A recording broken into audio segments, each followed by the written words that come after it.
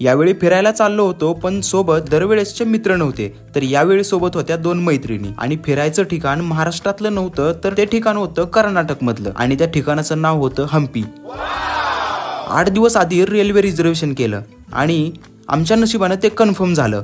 ठरलेल्या दिवशी सोलापूर रेल्वे स्टेशनवरून हॉस्पेट गाडी पकडली आणि दुपारचे 1:15 वाजता हॉस्पेट रेल्वे स्टेशनवर पोहोचलो. रेल्वे स्टेशन बाहेरचा गरमागरम चहा घेऊन रिक्षाने हॉस्पेट बस स्टँडला आलो आणि दुपारच्या 1ची गाडी पकडून अर्ध्या तासात हम्पीमध्ये पोहोचलो. बसमधून येतानाच दूरवर दिसणारे लाल रंगाचे उंच डोंगर आणि त्या डोंगरांवर दगडांमध्ये कोरलेली मंदिरं, हम्पी शहराचं प्रवेशद्वार, नजर जाईल तिकडं भली मोठी जुनी बांधकामं, हजारो मंदिरं, सगळं काही बघून हम्पी किती सुंदर आणि वैभवशाली असेल याचा अंदाज लागला. रूम सुद्धा अगोदरच बुक केली होती. रूम मध्ये जाऊन फ्रेश झालो आणि जास्त वेळ न घालवता विरूपाक्ष मंदिर आणि आसपासचा प्रदेश पहिल्याच दिवशी बघायचं ठरवलं. सगळी आवराआवर करून विरूपाक्ष मंदिरात पोहोचलो. पाऊस असल्यामुळे आणि सुट्टीचा दिवस नसल्यामुळे आज गर्दी खूप कमी होती, त्यामुळे मंदिर व्यवस्थित बघता आलं. अतिशय नाजूक कोरीव काम, 10 मजली गोपूर, त्याची मंदिरामध्ये पडणारी उलटी सावली, मंदिरासमोरचा लक्ष्मी हत्ती, शेजारची पुष्करणी, सगळं काही बघून घेतलं. पुढचे 3 दिवस आम्ही हम्पीमध्ये राहणार होतो,